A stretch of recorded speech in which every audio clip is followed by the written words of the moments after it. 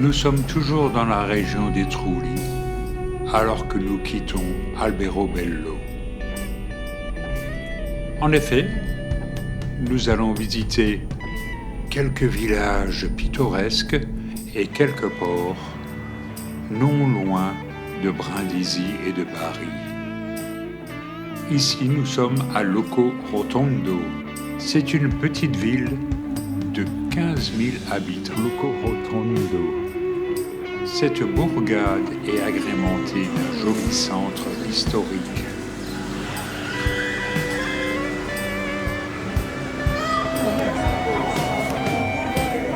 Nous entrons par la porte Napoli, avec au sol les armoiries de la ville.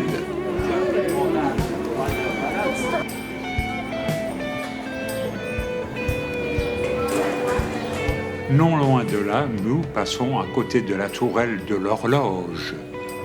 Elle date de 1819. La ville ancienne comporte aussi des habitations typiques rectangulaires, aux toits en bâtière, couverts de lauze, comme le toit des Trulli. Chemin faisant, on passe aussi devant le Palace Morelli, qui est une demeure aristocratique baroque du début du XVIIIe siècle.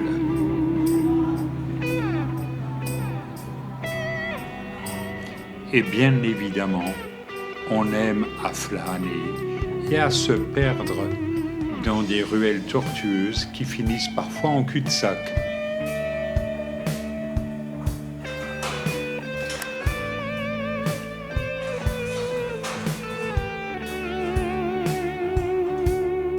Et on apprécie ces façades badigeonnées à la chaux.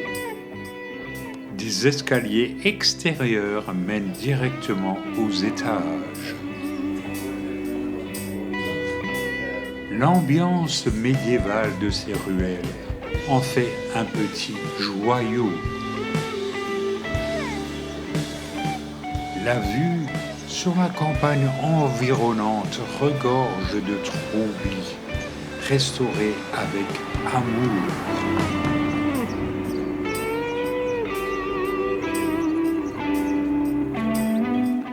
Puis, à un jet de pierre de Loco Rotondo, il y a Cisternino, une autre petite ville d'11 000 habitants, dont le centre consiste en un labyrinthe inextricable de petites ruelles. On s'y perd, on s'y repère, mais on s'y retrouve finalement. Le centre historique a un aspect typiquement oriental.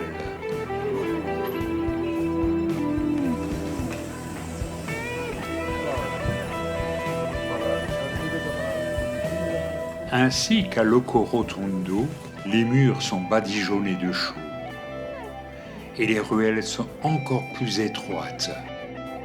Vous me direz, c'est un décor idéal pour un traquenard, mais c'est sans compter avec la gentillesse des habitants de cette belle région des Pouilles.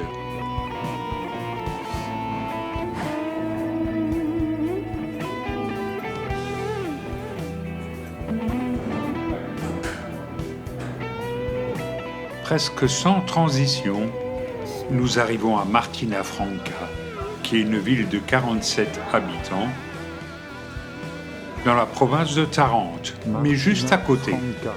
Nous nous y arrêtons pour manger dans une petite osteria.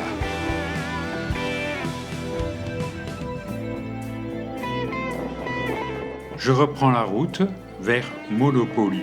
Ah oui, ça s'appelle comme ça, hein. Ce n'est pas un jeu de ma part. C'est une jolie ville portuaire de 48 000 habitants, recroquevillée dans ses remparts. Et nous sommes toujours au bord de la mer Adriatique.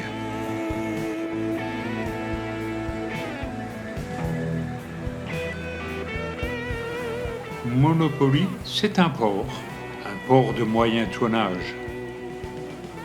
Le château de Charles-Quint, qui est une forteresse du XVIe siècle, se trouve sur le port. Le château est pourvu de bastions pentagonaux, mais aussi d'une tour cylindrique qui constitue l'entrée à l'édifice.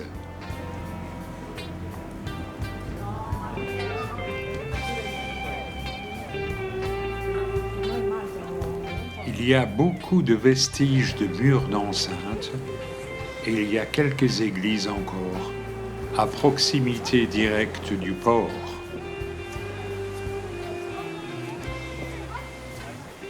Et de passer à côté de l'église de Sainte-Marie du Suffrage, de style baroque et surmontée d'une coupole imposante. Et en passant par une porte presque dérobée, nous accédons au port antique.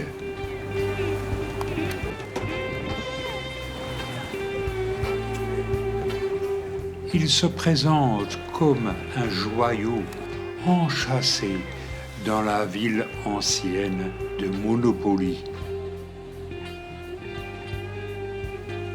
On y reconnaît aussi des palais de style vénitien.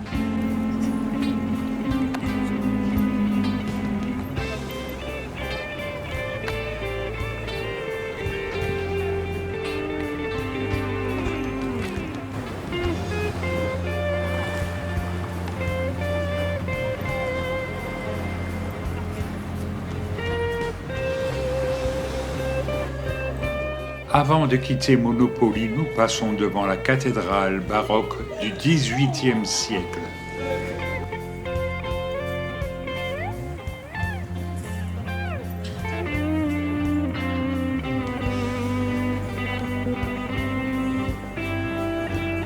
En fin d'après-midi, nous arrivons à Polignano a Mare. C'est un port. On passe devant une église qui doit être dédiée à Notre-Dame de l'Annonciation.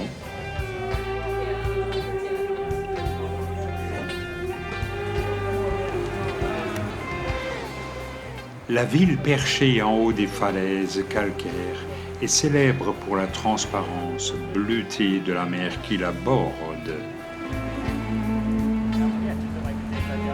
La vue est absolument vertigineuse.